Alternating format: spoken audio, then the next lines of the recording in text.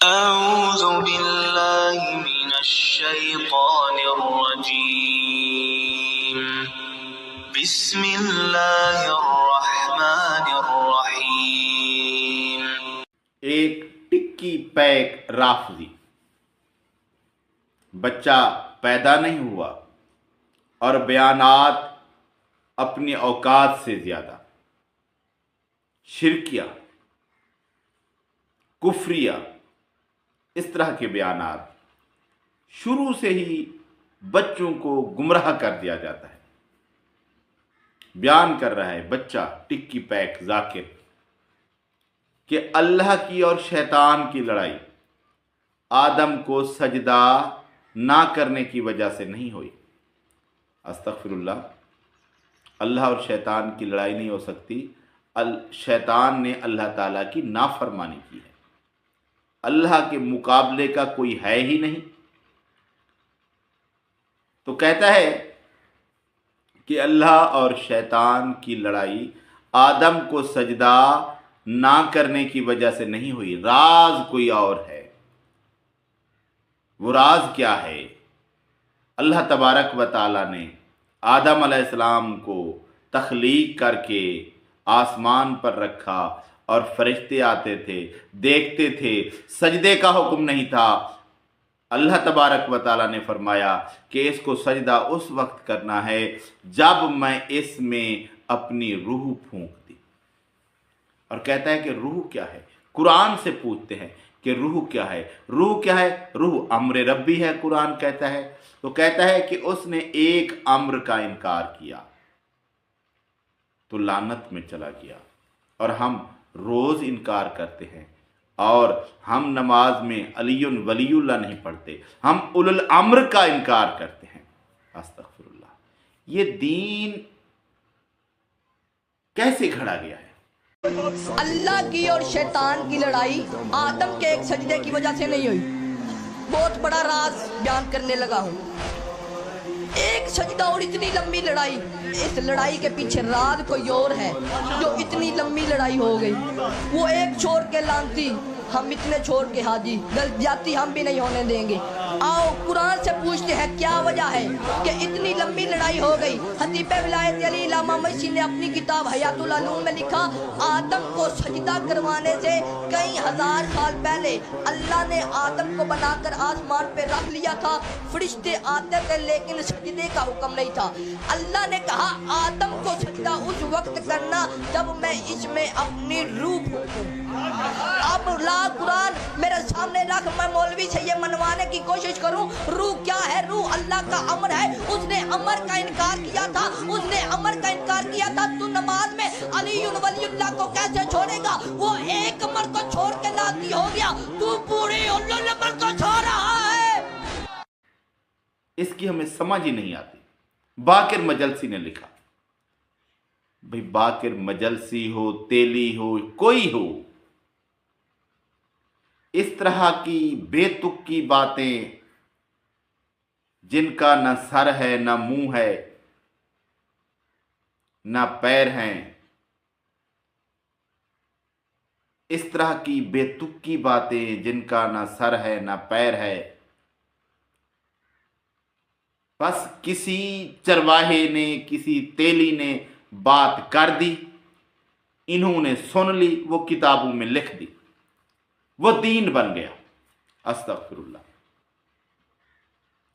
اللہ تبارک و تعالی نے قرآن مجید کے اندر واضح طور پر یہ قصہ بیان کیا اور وضاحت فرما دی کہ میں نے آدم کو تخلیق کیا، فرشتوں کو حکم دیا، اس سے پہلے امتحان ہوا، آدم سے پہلے فرشتوں سے پوچھے گئے کچھ چیزوں کے نام، وہ نہ بتا سکے، آدم علیہ السلام نے بتا دیے، تو اللہ تبارک و تعالیٰ نے فرشتوں سے کہا کہ اب تم آدم کو سجدہ کرو، اور فرشتوں نے آدم کو سجدہ کیا الا ابلیس، ابلیس کے سوا، وکان من الجن، اور وہ جنوں میں سے تھا، یعنی جن تھا، ابلیس شیطان، اس نے سجدہ نہ کیا۔ تو اللہ تبارک و تعالیٰ نے اس سے پوچھا کہ تم نے سجدہ کیوں نہیں کیا؟ اس نے کہا کہ یہ خاک سے ہے، میں نار سے ہوں، اس لیے میں اس سے زیادہ شان والا ہوں، میں سجدہ نہیں کرتا۔ ابا واستکبرا، اس نے تکبر کیا اور انکار کر دیا۔ تو اللہ تبارک و تعالیٰ نے اسے کہا کہ تو مردود ہے، تو نکل جا، کیونکہ تو نے میری حکم عدولی کی ہے، میری بات نہیں کی، میں نے تجھے کہا سجدہ کر، تو نے سجدہ نہیں کیا۔ اور اللہ تبارک و تعالیٰ نے قرآن مجید میں اور نبی صلی اللہ علیہ وآلہ وسلم نے احادیث میں یہ عجیب قصہ بیان نہیں کیا۔ اللہ تبارک و تعالیٰ نے جب واضح طور پر قرآن مجید میں بتا دیا کہ اس نے اللہ کے حکم سے روگردانی کی، اللہ کے حکم کو نہیں مانا، اللہ تبارک و تعالیٰ نے سجدے کا حکم دیا اور اس نے اللہ تعالیٰ کے حکم پر عمل نہیں کیا، اس لیے وہ مردود ہوا، کیونکہ اللہ تعالیٰ کا حکم نہیں مانا۔ اللہ تعالیٰ نے اسے نکال دیا، دھتکار دیا۔ واضح طور پر جب بات بتا دی گئی، اللہ تبارک و تعالیٰ نے واضح بتا دیا، تو پھر ان رافضی ٹکی پیکوں یا یہ باکر مجلسیوں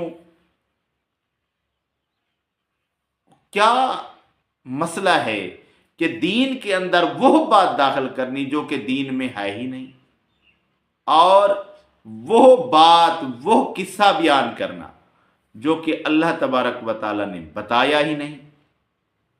جو اللہ نے نہیں بتایا وہ تمہیں کیسے پتہ چلا؟ وہ جھوٹ ہے، جھوٹ پر مبنی ہے، اور یہ جھوٹا قصہ لوگوں کو سنا کر لوگوں کے ایمان کو خراب کرنا، گمراہی کی دلدل میں لے جانا اور لوگوں کو بالآخر جہنم کا حقدار بنانا۔ اللہ تبارک و تعالیٰ نے جب واضح فرما دیا کہ سبب یہ تھا کہ ابلیس نے اللہ کی نافرمانی کی، جب سبب بتا دیا گیا تو پھر تم نے اپنی طرف سے اور سبب کیوں بنایا؟ اس لیے نا کہ تم خود گمراہ ہو، ضلالت کے گڑھے میں پڑے ہوئے ہو اور لوگوں کو پھر اسی گڑھے کے اندر دھکیلنا چاہتے ہو۔ تو یہ جو واقعہ اس ٹکی پیک نے بیان کیا ہے، یہ قرآن کے خلاف ہے۔ قرآن مجید میں جب واضح طور پر یہ واقعہ بیان کر دیا گیا ہے تو پھر اپنی طرف سے کیوں بیان کیا جاتا ہے؟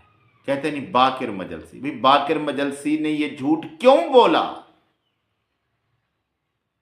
ہم یہ پوچھنا چاہتے ہیں پھر اگر تم جھوٹے نہیں ہو، تمہارا باپ جھوٹا تھا، تو تمہارے باپ نے یہ جھوٹ کیوں بولا؟ کیوں بولا جھوٹ؟ تمہارے باپ کا بنایا ہوا دین تو اسلام نہیں ہے۔ تمہارے باپ نے جھوٹ بولا تو اسے کیا دین سمجھ لیا جائے؟ دین وہ ہے جو اللہ تبارک و تعالیٰ نے نازل کیا، اور اس کے اندر اس طرح کی کوئی خرافات نہیں ہے، اس طرح کے جھوٹے قصے کہانیاں، ان کا اسلام کے ساتھ کوئی واسطہ نہیں ہے۔ یہ جھوٹ پر مبنی باتیں عوام میں پھیلا کر عوام کو گمراہ کرنا، یہ بہت ہی غلط بات ہے۔ اللہ تبارک و تعالی ہمیں اس طرح کے گندے عقائد، گندے نظریات، گندے قصے کہانیوں سے بچائے، اور صحیح اسلام جو نبینا محمد صلی اللہ علیہ وآلہ وسلم لے کر آئے اس پر چلنے کی توفیق عطا فرمائے۔